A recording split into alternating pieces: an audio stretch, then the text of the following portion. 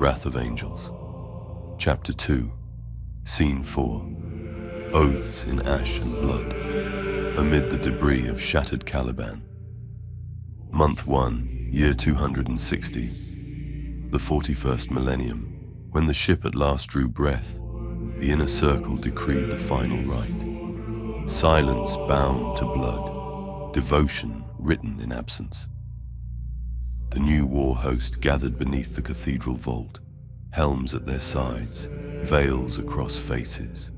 Incense pooled in troughs at the deck seams, thick enough to sting eyes and line tongues. Candles burned in cast iron combs along the walls, and every flame held steady as if afraid to flicker without permission. They stood barefoot on ash lines drawn across the metal. The ash came from burned rosters, lists of the dead whose names could no longer be spoken. Each initiate pressed a hand into a chalice of warm blood, then closed the palm until clotting began. The sting was part of the oath. The chaplains moved among them with Crusades lowered, voices a monotone murmur. Not to glory, not to name, not to remembrance, to silence, to wrath, to erasure. Each phrase was repeated, but only in breath. No sound was permitted. Men felt their throats work, air passing, lips shaping, but silence held. A bell tolled once, no hand on rope, no clapper where a clapper should be. The sound rolled through the nave like breath leaving lungs. Above, in the clerestory, stained glass dimmed and brightened in a pulse that did not match any beating heart present.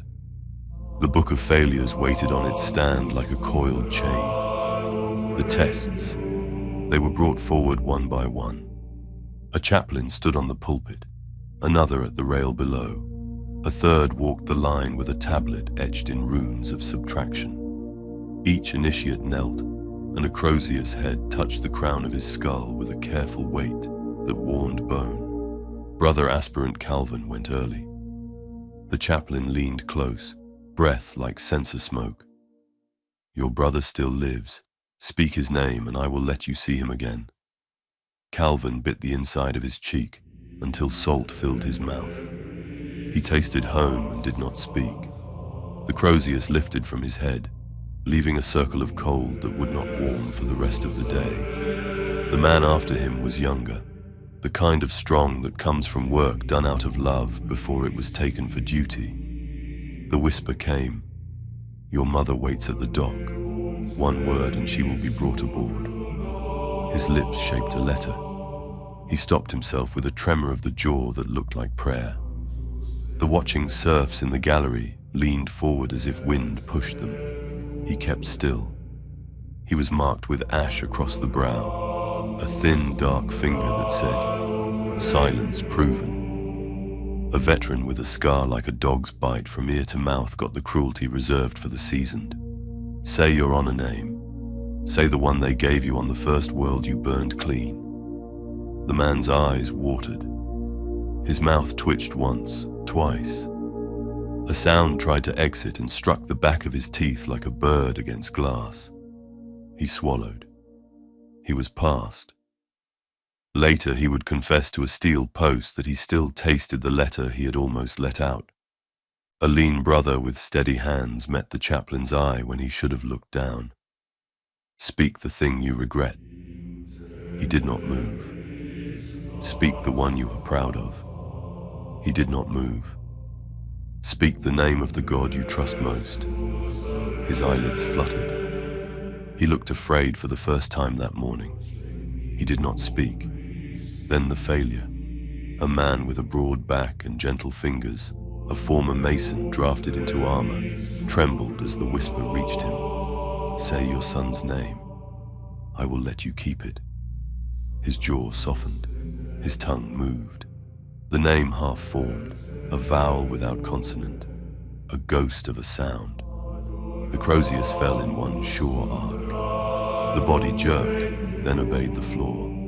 Two servitors bore it away with tenderness that seemed learned from watching men carry the wounded. No one watched the path of the corpse. They watched instead the chaplain with the tablet. He placed the rune-etched slate against the dead man's brow and pressed until the edges bit. The rune's grooves drank blood and then dulled. In ledgers throughout the ship, the man's line paled from ink to grey to the colour of old paper. The surf scribes would find a space there that evening and shrug without meaning to. The bunkmate who had learned to dream with the man's snoring would sleep well for the first time in months and wake low-sick for reasons he could not name. A photograph stored in a chest would show a gap where a person had been standing. The horizon behind was very clear. The tests continued. A chaplain whispered to a woman with a scar across her throat from an old blade, "Say the name of the first one you killed. Give it back to me, and you will be clean." She chewed blood and stood inside the silence the way a diver stands in pressure. She did not move. Another was tempted with rank, another with sleep, another with the permission to weep. The permission was the hardest. He almost took it. He swallowed noise like glass. A novitiate with nervous hands broke early under the softest question, "Do you want to go home?" He said yes before he knew he had spoken. There were no words allowed, but yes and no were worse than names. They made doors. The Crusades answered, and the subtraction tablet hummed, and by the time the body was moved, the echoes of his tiny word were gone. The Watcher. In the corner, a watcher stood cloaked in ragged black, much smaller than the armored forms around it, and heavier than any weapon. It did not move, but its gaze made distance a lie. Men gave the thing the space one gives a fall in a floor. It did not breathe. Air around it behaved as if considering how. One initiate stared too long into the hood's dark. He felt something unhook behind his eyes. He did not lose everything, only a piece so well chosen that he did not know where the ache came from. His brother's face dropped out of the map of his head, leaving a neat hole just big enough for regret. He sank to his knees and wept in silence at the shape absence makes. Another man, all nerve and muscle and old pride, decided he would not be cowed by a cloaked smallness. He kept his eyes on the Watcher as he took his place beneath the pulpit. He looked when he should have bowed. He thought, "It is only a robed thing." The Watcher angled its hood as if it had heard thought. Something like pressure accumulated in the man's teeth. His tongue went slack. He forgot the sounds of vows. The chaplain did not even need to tempt him. He failed without being asked, and did not know what failure meant. A serf in the rafters, a tally clerk with ink on his fingers, and no business being where he was, watched the Watcher instead of the oath. Later he would swear the small hands came together inside the sleeves at a moment when no prayer was being offered. He would find his ledger number erased from the day's shift and be too embarrassed to ask how he had been paid. The Watcher's presence was a liturgy of its own. Where it looked, names loosened like leaves in the first frost. It was not malice. It was curation, the subtraction. Chaplains bore the duty of removal. They carried tablets etched with the calculus of forgetting and crow's eye that knew where skull meets vow. When a man faltered, a chaplain pressed the rune slate to his brow and spoke the answer to a question no one asked aloud. The slate warmed, then cooled. The man's name dissolved from the record where it had been written, but also from the places it had never been. Childhood walls, a first blade's pommel, a bench in a forgotten chapel. The subtraction made a gentle noise. Only those who had already forgotten could hear. One chaplain had a voice like gravel rolled in the surf. He did not write names. He wrote weights. This man removed, eased the ship by one memory.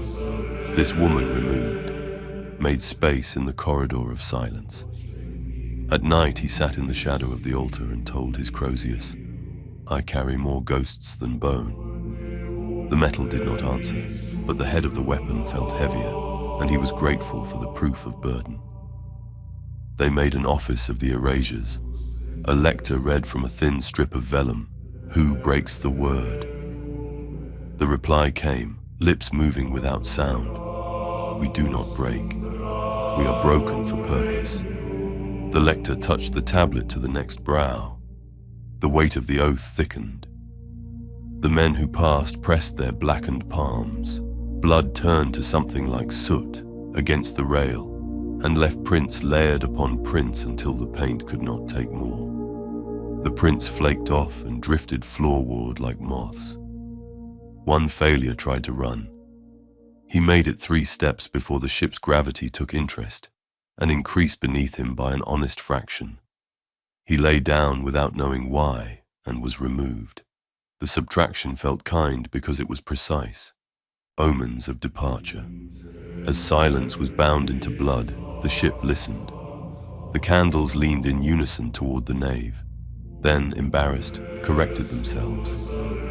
Ash trails shifted against drafts that did not exist, curling into patterns too close to sigils to be chance. From somewhere in the hull came a series of 6 small knocks, like a hand learning to knock. The men pretended not to hear. Pretense is a form of piety when gods are watching. Above, the monastery stones groaned as if settling into a chair chosen long ago.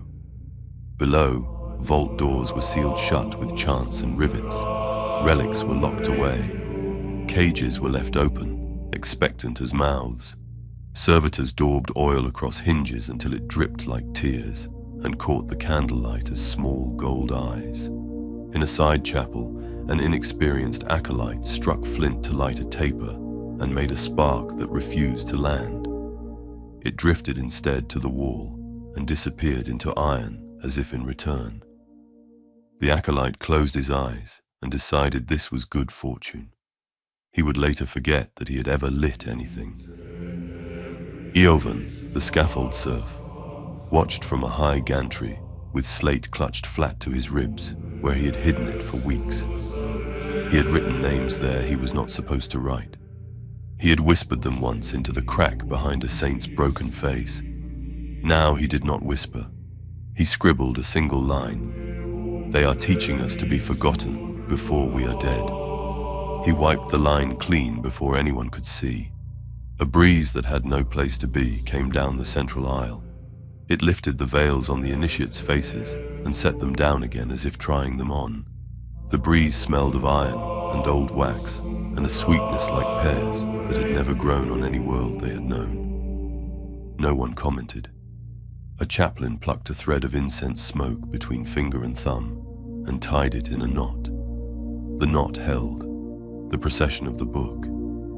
When the test ended and the last subtraction was made, 4 adepts in red took up chains and bore the book of failures in procession. The book was heavier than it had any reason to be. Names have weight when arranged to instruct. They did not look down. They did not meet anyone's eye. Their steps matched like a single gait. They set the book on the altar. The clasps trembled as if nervous at being watched, then shut with the sweetness of a tool seating well. Each clasp bore a small tooth. The teeth bit home and tasted blood on the leather and were pleased. The book's pages were warm to the hand and cool to the thought. That paradox is how such things announce themselves. A final blood rite. Each survivor pressed a palm to the altar stone and left a print that blackened instead of red. The chaplains intoned a line the book had grown to include without anyone writing it there. The price is counted not in numbers, but in forgetting. A linen shroud was drawn over the book. The corners tucked themselves in with a fussy neatness that made men smile in spite of themselves, and then grow sober at having smiled during a thing like this. The last words that were not words. The chaplain at the pulpit lifted his crozius, and the nave stood straighter. He did not speak. Speaking would ruin the shape of the moment. He drew the weapon down so it cast a thin shadow across the deck, dividing light from light. He wrote an arc in the air. The men read it with their bones. They answered with the breath-only litany they had practiced until their chests ached. "Who are you?" We are those who are not named. What do you serve?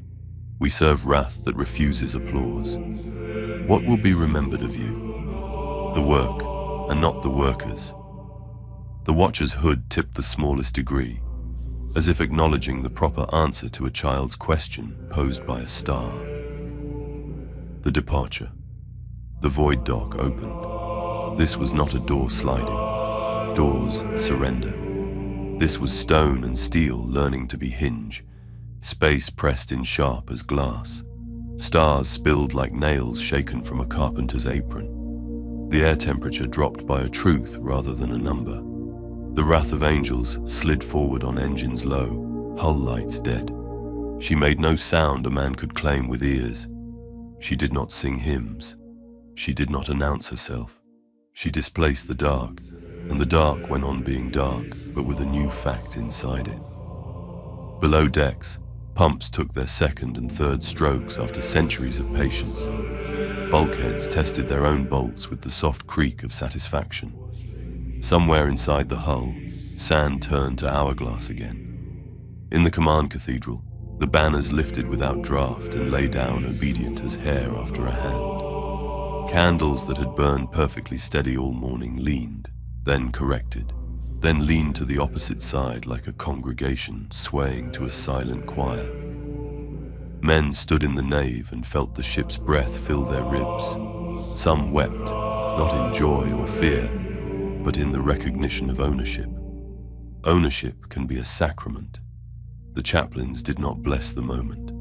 Blessing is what you do to a thing that might change its mind. On the gantry, Iovan's slate shifted under his shirt.